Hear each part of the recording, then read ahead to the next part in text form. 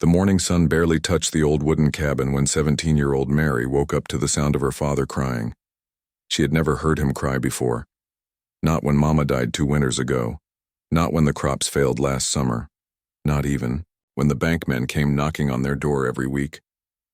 But today was different. Today, Thomas was sitting at their small kitchen table with his head in his hands, making sounds that broke Mary's heart. She crept closer, her bare feet silent. On the cold wooden floor. "Papa, what's wrong?" she whispered, placing her small hand on his shoulder. Thomas looked up with red eyes. His face looked older than his 45 years.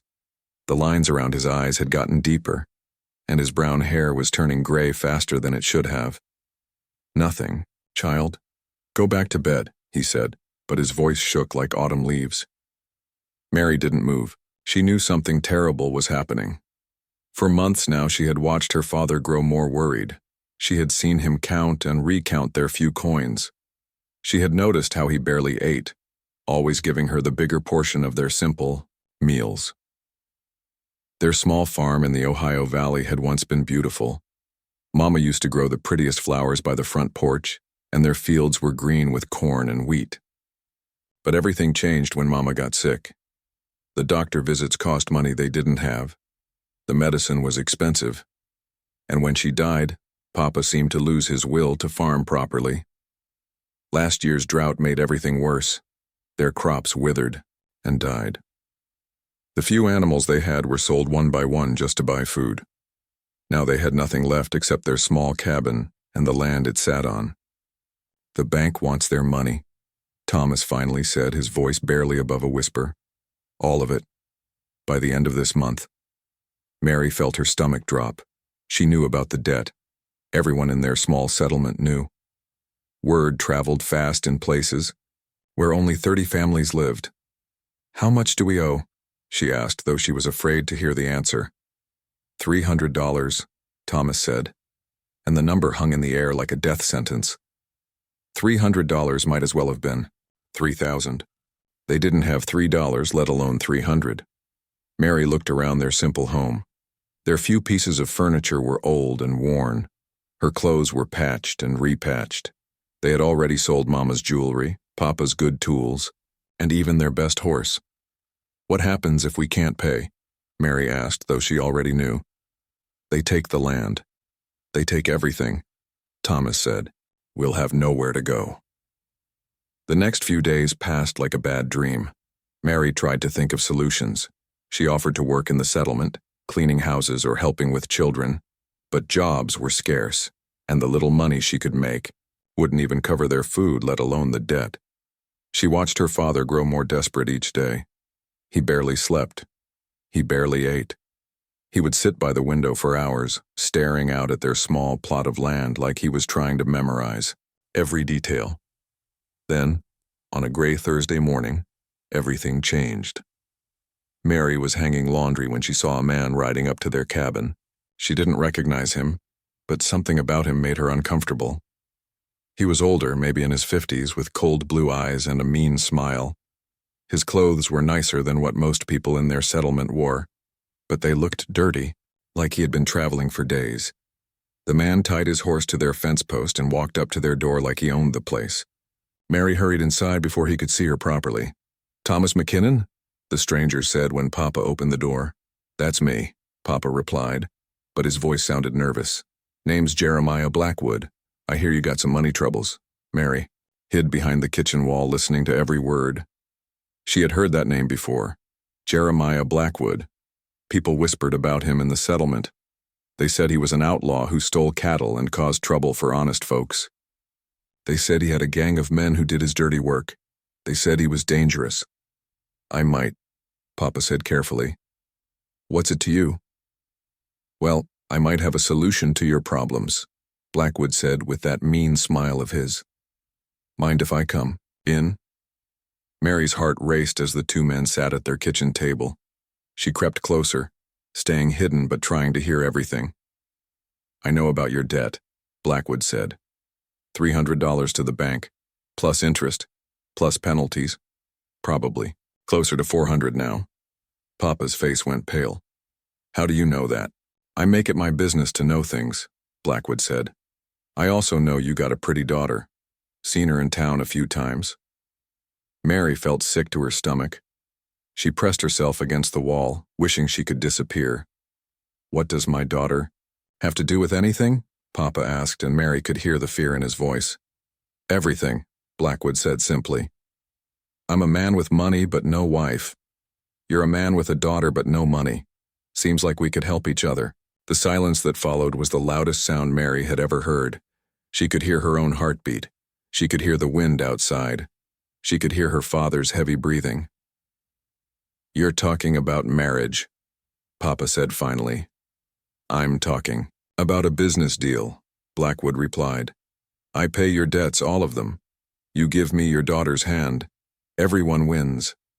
Mary's just 17, Papa whispered. Old enough to be married. Old enough to keep house. Old enough to give a man sons, Blackwood said like he was talking about buying a horse. Mary wanted to run into the room and scream. She wanted to tell this horrible man to leave their home and never come back. But her legs felt like water and her voice was stuck in her throat. I need time to think, Papa said. Time's something you don't have, Blackwood replied. Bank comes, calling in 2 weeks. After that, you and your girl will be living in the woods with nothing but the clothes on your backs. At least my way. She'll have a roof over her head and food in her belly. After Blackwood left, Papa sat at the table for hours without moving. Mary finally came out of hiding, her eyes filled with tears.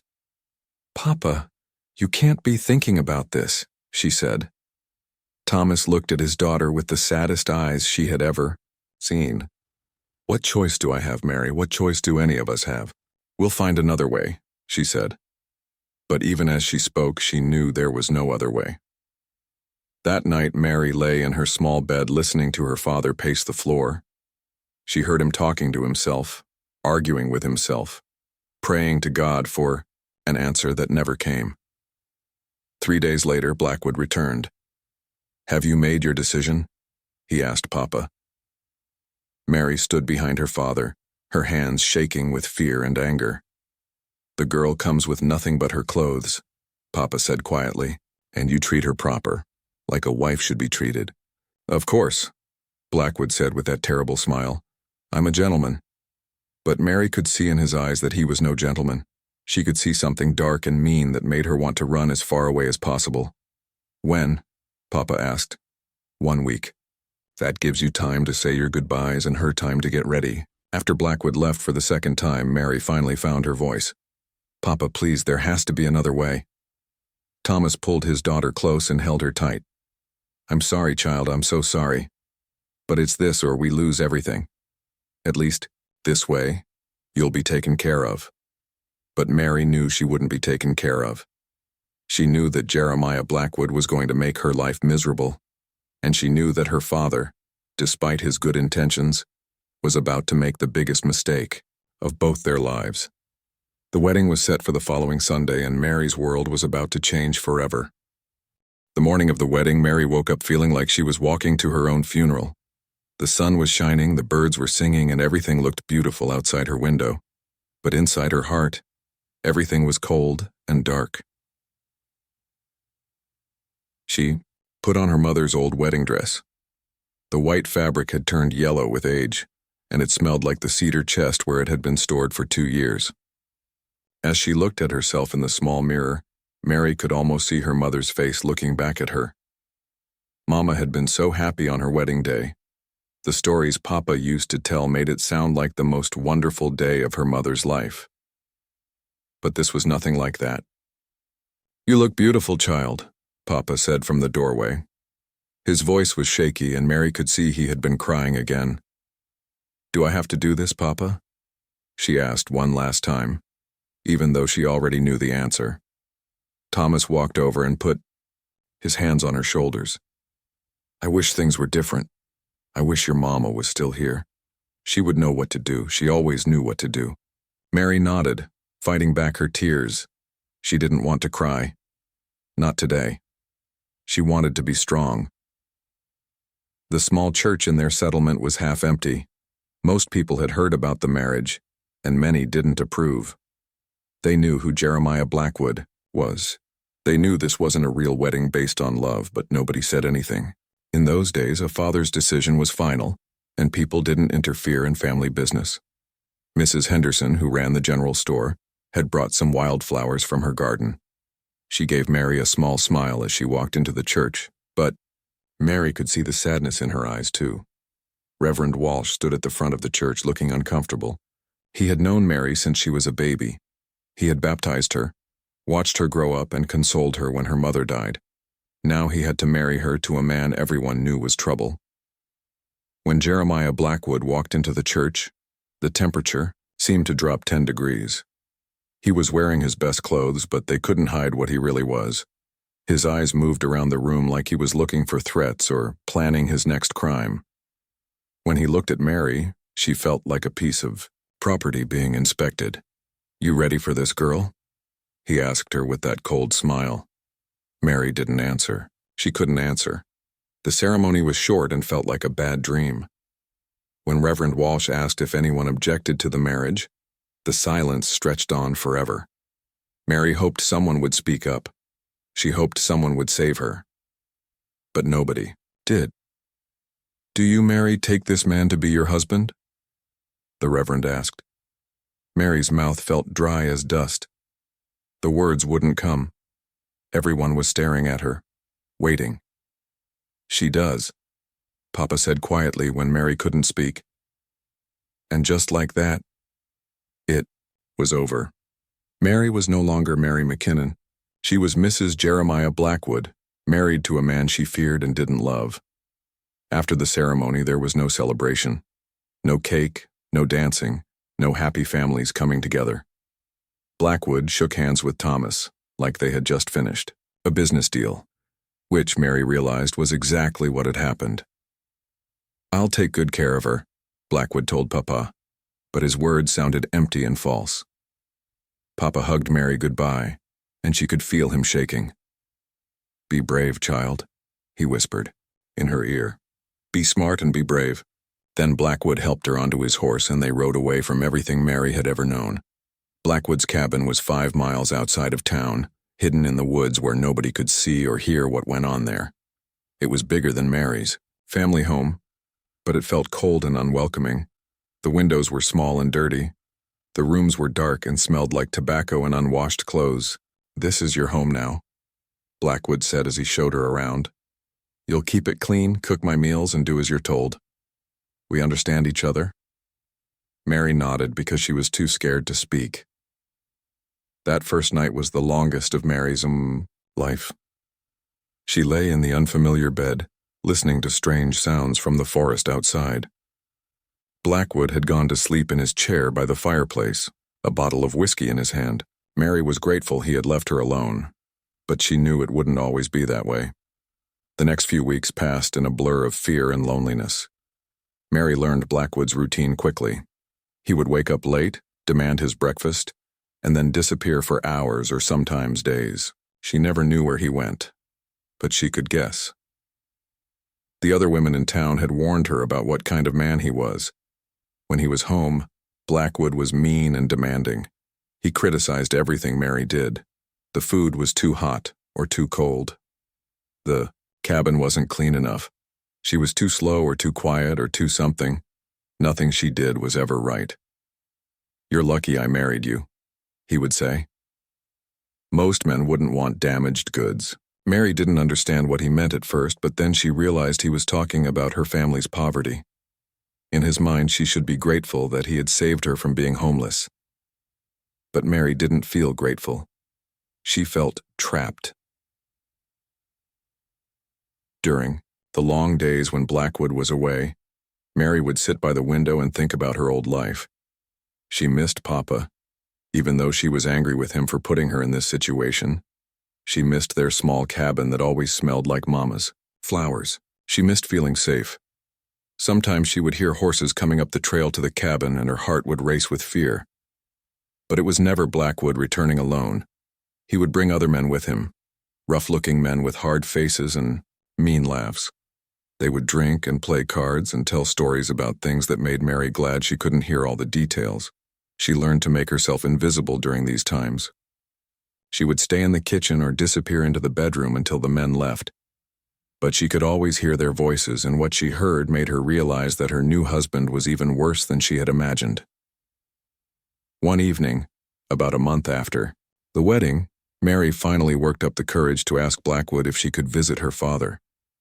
"Visit?" He laughed, but it wasn't a happy laugh. "You're my wife now. Your place is here, taking care of me and my home. You don't need to go running back to Daddy every time things get hard." "I just want to see how he's doing," Mary said quietly. "He's doing fine. Got his land back, didn't he? Got his debts paid. He should be thanking me." Mary felt anger rise in her chest. "He's probably worried about me. He's probably wondering if I'm safe." Blackwood's face changed. The fake friendliness disappeared, and Mary saw the real man underneath. "You questioning me, girl? You think I don't take care of what's mine?" "No, sir, you just nothing. You're my wife, and you'll do what I say. And what I say is you stay here and stop thinking about your old life. This is your life now." That night, Mary made a decision. She couldn't live like this forever. She couldn't spend the rest of her life being afraid and unhappy. She had to find a way to escape. But escape to where? She had no money, no friends who could help her, and nowhere to go.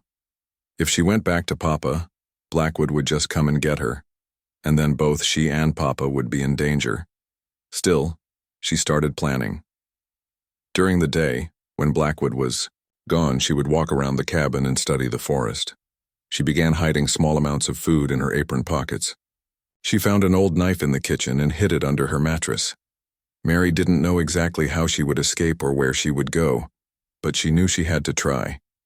She knew that anything was better than spending the rest of her life as Jeremiah, Blackwood's prisoner. She just needed to wait for the right moment. And when that moment came, she would be ready. Little did Mary know that her chance for freedom was coming sooner than she thought, and it would come from a direction she never could have imagined. Mary's chance came on a cold October morning when Blackwood announced he would be gone for 3 days. He was riding out with his gang to steal cattle from farms 2 counties over.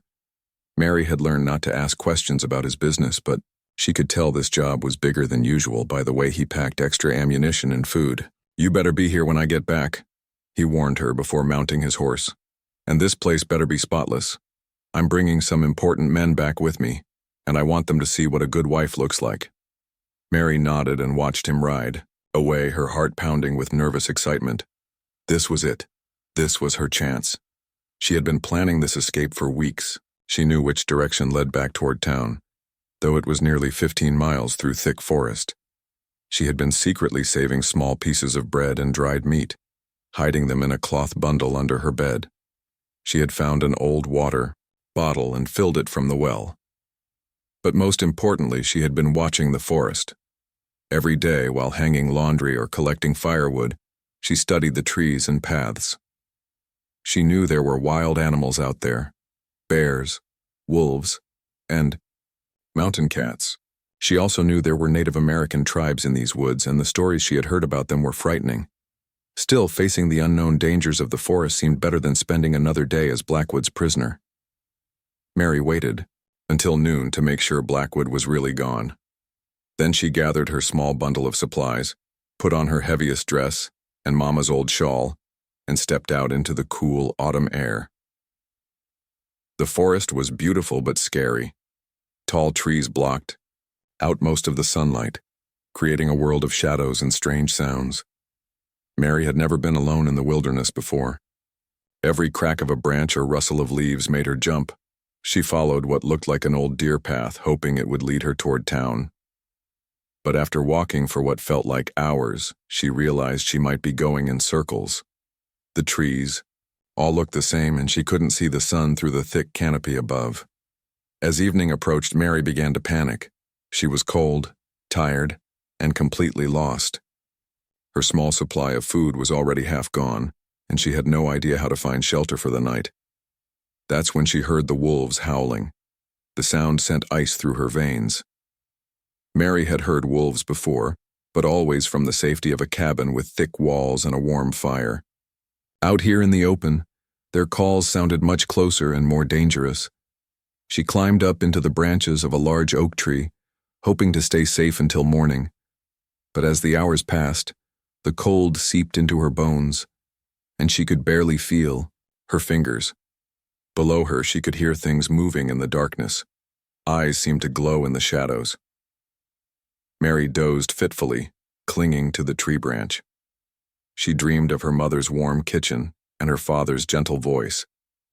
She woke several times to the sound of something large moving through the underbrush below. When dawn finally came, Mary was so stiff and cold she could barely climb down from the tree. Her supplies had fallen during the night, and she couldn't find them in the thick carpet of fallen leaves. She was now alone in the wilderness with nothing but the clothes on her back.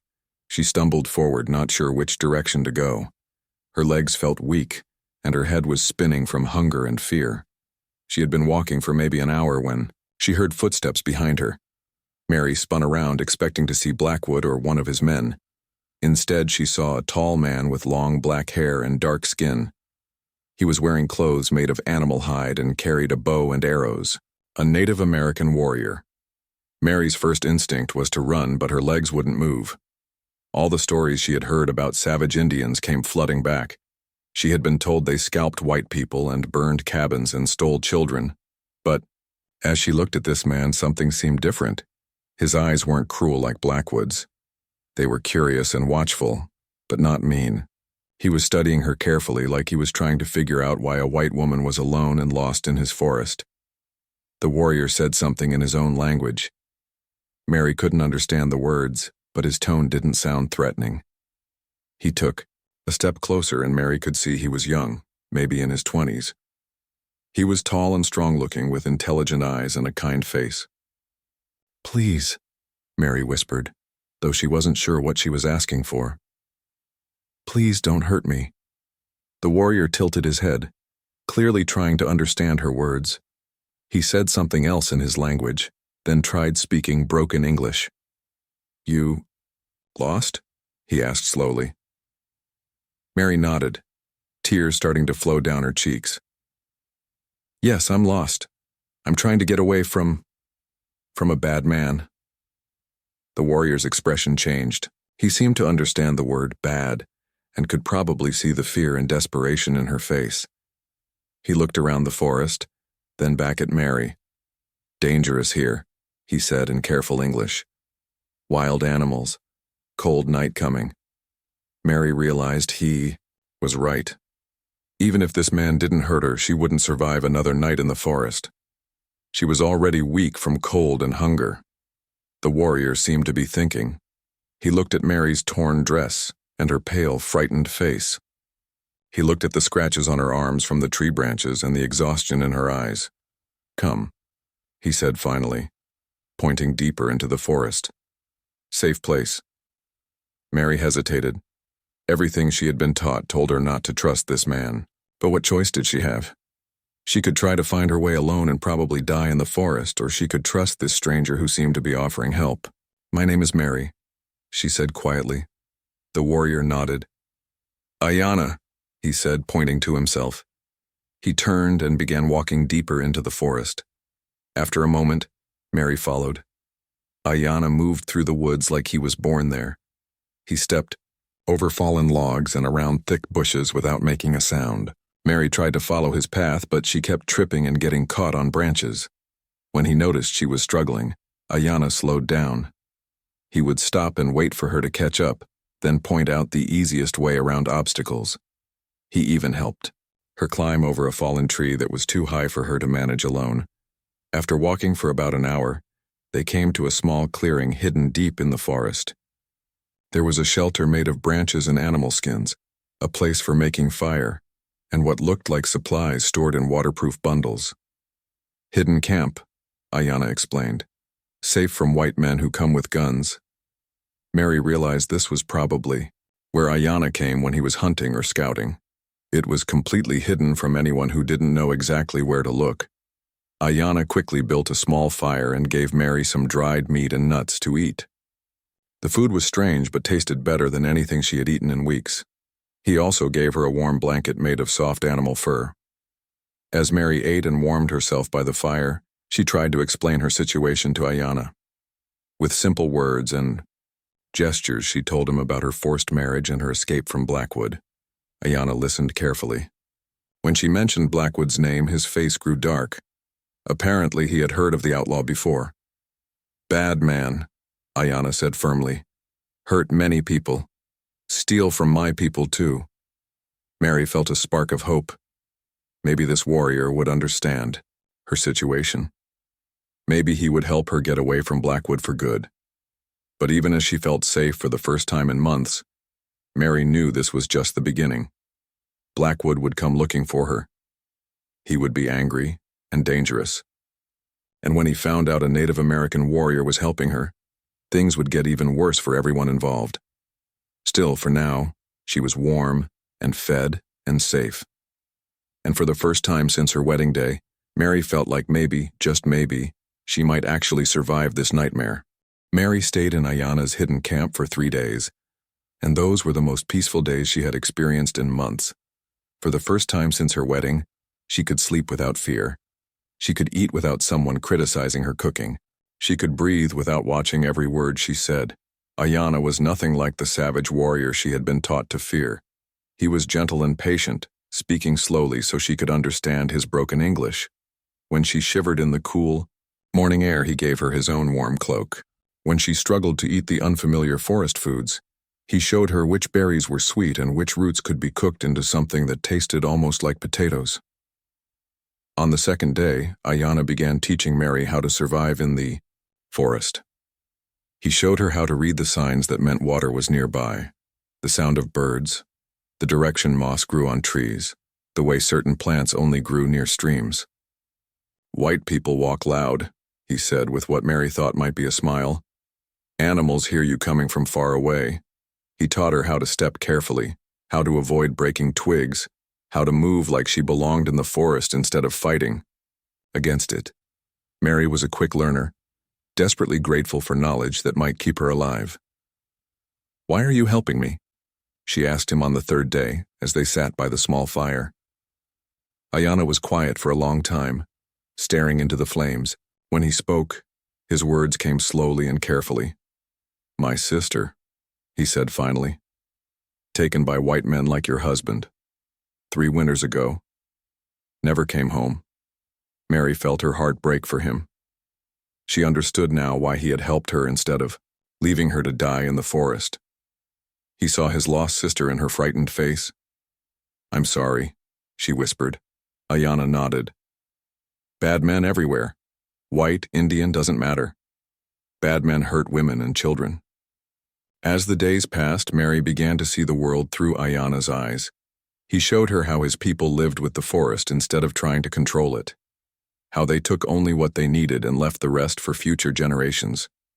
How they respected the animals they hunted and the plants they gathered. "White men take everything," Ayanna explained as they walked through a grove of ancient oak trees. "Cut down all trees, kill all animals, then move somewhere else to do same thing." Mary had never thought about it that way before. In her world, progress meant clearing land and building farms and towns, but looking at the beautiful, untouched forest around her, she began to understand what was being lost.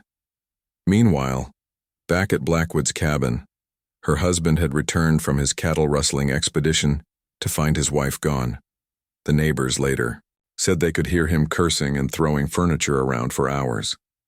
He questioned everyone in the settlement, threatening violence against anyone who might be hiding Mary. Thomas McKinnon was the first person Blackwood visited. Mary's father was working in his small garden when the outlaw rode up, his face twisted with rage. "Where is she?" Blackwood demanded. "Where is who?" Thomas asked, though his hands were shaking. "Don't play stupid with me, old man. Your daughter ran off and I know you helped her." Thomas stood up slowly, trying to appear calmer than he felt. "I haven't seen Mary since the wedding. I assumed she was happy with her new life." Blackwood got down from his horse and walked closer to Thomas. "Nobody leaves Jeremiah Blackwood. Nobody. And when I find her, she's going to learn what happens to wives who don't obey their husbands." "Maybe she just went to visit friends in town," Thomas suggested weakly. "I already checked town. I checked everywhere. She's hiding somewhere and somebody's helping her." Blackwood's voice was getting louder and more dangerous. If I find out you know something you're not telling me, you'll regret the day you were born." After Blackwood left, Thomas sat down heavily on his porch steps. He was terrified for his daughter, but a small part of him was proud. Mary had found the courage to run, something he had never been able to do. He prayed she would stay hidden and find a way to freedom. Blackwood's search grew more desperate and violent over the following days. He and his gang searched every barn, every abandoned cabin, every possible hiding place within 20 miles. They threatened families, burned down sheds, and even shot someone's dog when it barked at them. But they were looking in all the wrong places. None of them thought to search. Deep in the forest where Native American tribes lived, white outlaws might be brave enough to steal cattle and rob travelers, but they were afraid of the warriors who knew every tree and rock in those ancient woods. In the hidden camp, Mary was learning more than just survival skills. She was learning about Ayanna's people, their customs, and their way of life. He told her stories of his childhood, of hunts with his father, of ceremonies that celebrated the changing seasons. "We believe everything connected," he explained one evening as they watched the stars appear in the darkening sky. People, animals, trees, water, sky, all part of same thing. Mary found this idea beautiful. In her world, people seemed to be fighting against nature all the time. But Ayanna's people saw themselves as part of something bigger and more wonderful. She also began to notice things about Ayanna that had nothing to do with his teachings. The way he moved with such grace and confidence, the way his eyes crinkled when he smiled, the way he always made sure she was warm and fed before taking care of his own needs. He was kind in a way that Blackwood had never been, patient in a way her father had never been, strong in a way that made her feel safe instead of afraid. "You have family?" Mary asked him one day. "Mother, father, 2 brothers," Ayanna replied. "They worry about me, think I spend too much time alone in forest." "Why do you spend time alone?" Ayanna was quiet for a moment. "After my sister taken, I became angry, very angry. Wanted to fight all white people. Elders say anger make bad decisions, so I come to forest to find peace." Mary understood. She had been angry too. Angry at her father for forcing the marriage. Angry at Blackwood for being cruel. Angry at a world that seemed to give women no choices. But here in the forest with Ayanna, the anger was fading. It was being replaced by something else. Something that scared her because it felt so new and unexpected. She was falling in love. Not the desperate gratitude she felt towards someone who had saved her life, not the friendship that came from shared hardship. This was something deeper and more frightening. Something that made her heart race when Ayanna smiled at her. Something that made her want to stay in this hidden camp forever. But even as these feelings grew stronger, Mary knew their time was running out. Blackwood was getting closer. His search was becoming more violent and widespread. Soon even Ayanna's secret camp might not be safe. On their 7th day together, Ayanna returned from checking his hunting traps with worry written across his face. "Men with horses," he said quietly, asking questions in Shawnee village, offering reward for white woman. Mary felt her blood turn cold. "Blackwood? Yes, and others. They threaten my people, say bad things happen if we don't help them find you." Mary stood up, her decision made.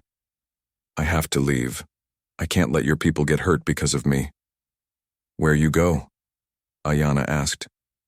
"Forest dangerous alone. These men dangerous too." "I don't know," Mary admitted, "but I can't stay here if it puts you and your family in danger." Ayanna looked at her for a long moment. Mary could see him thinking, weighing options, making some kind of decision. "There is another way," he said finally. "What way?" "But you must trust me completely, and you must be very brave." Mary looked into his dark eyes and saw something there that gave her hope. "Tell me. We face Blackwood together. We end this threat once and for all." "How?" Mary asked, though part of her already knew the answer. "Challenge him, man to man. Winner takes all." Mary felt her heart stop. Ayanna was talking about risking his life for her. A woman he had known for only a week. a woman from a people who had taken his sister and caused his family so much pain. "You could die," she whispered. "Maybe," Ayanna agreed. "But if I do nothing, you die, and my people suffer. This is the only way to end it." As Mary looked at this brave, gentle man who was willing to risk everything for her freedom, she realized her feelings weren't just gratitude or friendship or even love. They were something deeper than all of that. Something that would change both their lives forever.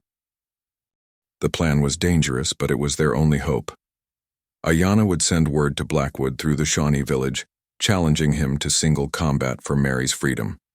If Ayanna won, Mary would be free to choose her own path. If Blackwood won, he could take Mary back with no interference from the tribe. "This is crazy," Mary said as they prepared for what might be their last night together. "He's bigger than you. He's been fighting his whole life. He'll use every dirty trick he knows." Ayanna nodded calmly. "Maybe. But he fights with anger and hate. I fight for something good. That makes difference." Mary wasn't convinced, but she could see there was no changing Ayanna's mind. He had made his decision, and nothing she said would stop him. That evening, as they sat by their small fire, Ayanna told Mary about his people's traditions for facing enemies. "We believe warrior's strength comes from what he protects," he explained. "Man fighting for money or land is weak. Man fighting for family, for love, for what is right. That man has power of spirits with him." "What if the spirits aren't enough?" Mary asked quietly. Ayanna reached over and took her hand. It was the first time he had touched her that way, and Mary felt her heart skip. "Then I die knowing I tried to do right thing," he said simply. "Better to die fighting for good than live, doing nothing." The next morning, a young brave from Ayanna's village arrived with Blackwood's response. The outlaw had accepted the challenge, probably thinking it would be easy to defeat one Indian warrior. The fight would take place at sunrise in 2 days, in the large clearing between the forest and the settlement lands. Word of the challenge spread quickly through both communities. The white settlers were shocked that a Native American would dare challenge one of their own, even someone as hated as Blackwood. The Shawnee saw it as a chance to strike back against the man who had threatened their village and caused them so much trouble. Mary spent those 2 days in a state of constant fear. She watched Ayanna prepare for the fight, checking his weapons, practicing his movements, and spending long hours in what she learned was prayer and meditation. "In my tribe, we have ceremony before big hunt or battle," he told her. "Help warrior, find courage and clear mind." Mary wished she had some ceremony that could help her find peace. Instead, she found herself praying to her mother's God, begging for Ayanna's safety, and for some miracle that would end this nightmare without anyone getting hurt. On the morning of the fight, people gathered from miles around.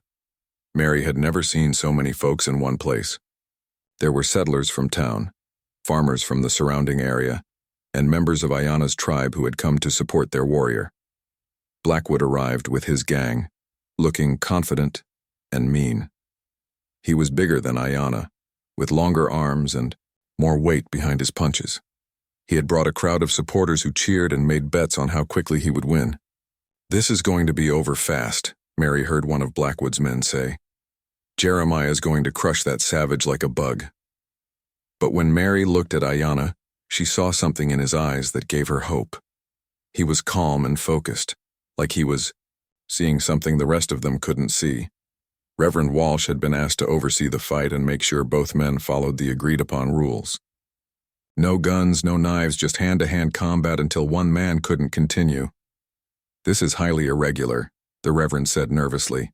"I'm not sure the law allows for this kind of settling of disputes."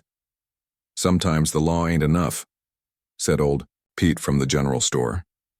"Sometimes men have to settle things the old way." Before the fight began, Ayanna walked over to where Mary was standing with some of the other women. "If something happens to me," he said quietly, "my people will help. You get somewhere safe. You never have to go back to him." "Nothing's going to happen to you," Mary said, though her voice was shaking. "You're going to win, and we're going to figure out what comes next." Ayanna smiled, that gentle smile she had come to love. "Yes, We figure out what comes next. The fight began with Blackwood charging forward like an angry bull. He was counting on his size and strength to end things quickly, but Ayanna was faster and smarter. He dodged the first attack and landed a quick punch to Blackwood's ribs that made the bigger man grunt with pain. "Stand still and fight like a man," Blackwood yelled, swinging wildly. But Ayanna kept moving, using his speed and the fighting techniques his people had taught him. He would dart in, land a blow, and dance away before Blackwood could grab him. The crowd was getting excited. Mary could hear people shouting and placing new bets. Some of the settlers were starting to cheer for Ayanna, impressed by his skill and courage. Blackwood was getting frustrated and angry. He was used to winning fights through brute force and intimidation, but those tactics weren't working against someone who had been trained to hunt and fight in the wilderness. "You can't run forever, Indian," Blackwood snarled, blood running from his nose. "Not running," Ayanna replied calmly. "Dancing." As the fight continued, it became clear that Ayanna was the better fighter. He was landing more punches, avoiding most of Blackwood's attacks and showing no signs of getting tired. Blackwood, on the other hand, was breathing hard and moving slower. That's when Blackwood decided to cheat. While Ayanna was focused on the fight, one of Blackwood's men threw him a knife. It happened so fast that most people didn't see it. But Mary did, and so did several others. "He's got a knife," someone shouted. Ayanna saw the blade just in time to jump back as Blackwood slashed at him. The sharp edge cut through his shirt and left a thin line of blood across his chest. "This wasn't part of the deal," Reverend Walsh protested. "Deal's off." Blackwood laughed, advancing with the knife. "I'm taking my wife back and I'm killing this savage while I'm at it." But Blackwood had made a mistake. By cheating, he had shown everyone what kind of man he really was. Even some of his own supporters looked disgusted. More importantly, he had made Ayanna angry for the first time in the fight. Up until now, Ayanna had been fighting defensively, trying to win without seriously hurting his opponent. But now Blackwood had a weapon and was trying to kill him. The rules had changed. Ayanna picked up a thick branch from the ground and faced Blackwood again. Now it was knife against club, and both men were fighting for their lives. The crowd had gone silent, watching this deadly dance between two very different kinds of warriors. Blackwood lunged forward with the knife, but Ayanna was ready. He brought the branch down hard on Blackwood's wrist, and the knife went flying into the grass. Before Blackwood could recover, Ayanna hit him in the stomach with the end of the branch. Blackwood doubled over, gasping for breath. When he looked up, Ayanna was standing over him with the branch raised, ready to deliver a blow that would end everything. "Yield," Ayanna said quietly. "Never." Blackwood gasped. "Then you choose your fate," Ayanna replied. But instead of striking the killing blow, Ayanna threw the branch aside and stepped back. "I am not like you," he said. "I do not kill helpless men." Blackwood tried to get up, tried to continue the fight, but his body wouldn't obey. He collapsed back to the ground, defeated and humiliated in front of everyone. "The challenge is finished," Reverend Walsh announced. "The Indian has won fairly." Mary ran to Ayanna, throwing her arms around him despite the shocked gasps from some of the crowd. She didn't care what people thought anymore. This brave, honorable man had risked his life for her freedom. "It's over," he whispered in her ear. "You're free." But even as the crowd began to break up and Blackwood's men carried their defeated leader away, Mary knew this was really just the beginning. She was free from Blackwood. But what kind of life could she and Ayanna have together? A white woman and a Native American warrior in a world that didn't understand or accept such unions. 3 weeks later, Mary and Ayanna were married in a ceremony that honored both their traditions. Her father Thomas was there, tears of joy streaming down his face as he watched his daughter marry a man who truly loved her. Members of Ayanna's tribe attended, welcoming Mary into their community with songs and gifts. Some people in the settlement disapproved, but Mary found she didn't care. For the first time in her life, she was making her own choices. She was with someone who respected her, protected her, and loved her for who she really was. They built a cabin at the edge of the forest, in a place where both worlds could meet. Mary learned to speak Ayanna's language while he improved his English. She taught him about farming while he showed her more about living in harmony with the natural world. Their love story became legendary in the area, proving that sometimes the greatest courage comes not from fighting, but from choosing love over fear, understanding over prejudice, and hope over despair. And Mary never had to be afraid again.